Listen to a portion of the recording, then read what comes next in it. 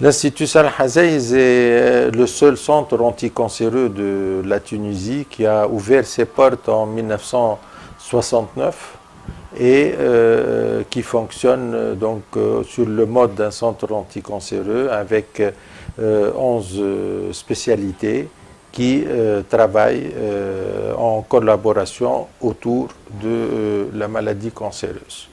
Pour le service de chirurgie, il est constitué par 72 lits d'hospitalisation, 5 salles opératoires pour une activité donc quotidienne. Les atouts donc de l'Institut Salah Hazaïz, c'est cette organisation de travail collaboratif entre les différentes équipes avec une spécificité, c'est le dossier unique du malade, donc qui va suivre le malade là où il va, en chirurgie, en radiothérapie, en chimio. On met tous les examens donc, de laboratoire, de biologie, d'anapathe. Donc tous les événements se succèdent sur le même dossier.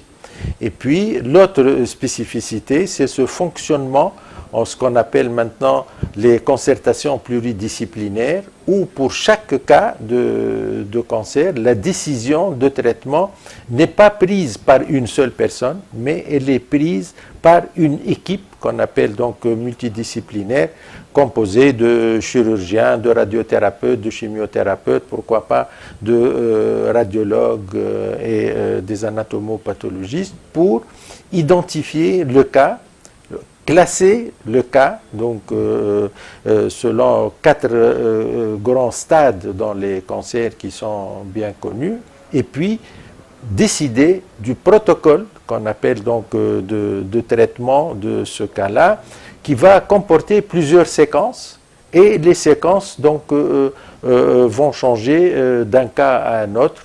Pour certaines pathologies, nous commençons par exemple par une chimiothérapie, puis on opère. Pour d'autres pathologies, on commence par des rayons, puis on opère. Et pour une bonne part des pathologies, on commence d'emblée par la chirurgie.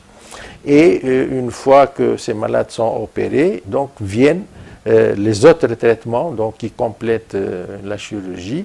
Et ces protocoles de traitement doivent être respectés rigoureusement parce que ce mode de fonctionnement donne le maximum de chances de guérison aux patients selon des données internationales, des guidelines donc, et des recommandations internationales qui proposent un protocole de traitement pour une situation donnée. L'Institut dispose de quasiment donc, toutes les nouveautés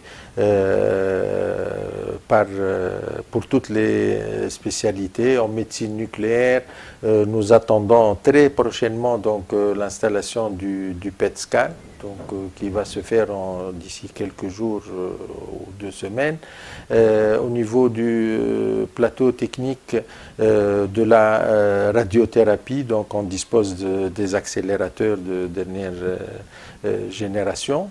Au niveau de la pharmacie, nous avons une unité de ce qu'on appelle la salle blanche, donc pour la préparation des traitements médicaux de chimiothérapie, qui apporte une sécurité maximale pour les produits qu'on va délivrer aux patients. La dernière nouveauté à l'Institut, c'est l'arrivée du robot chirurgical.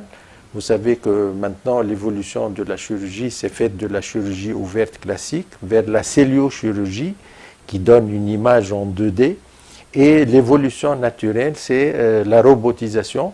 Donc c'est le geste de celluloscopie robot assisté qui va donner une meilleure précision de l'acte et surtout donner donc au chirurgien une vision 3D comme s'il était dans le ventre du patient, ce qui permet un geste plus précis qui consomme moins de sang et qui donne bien sûr un confort aux patients.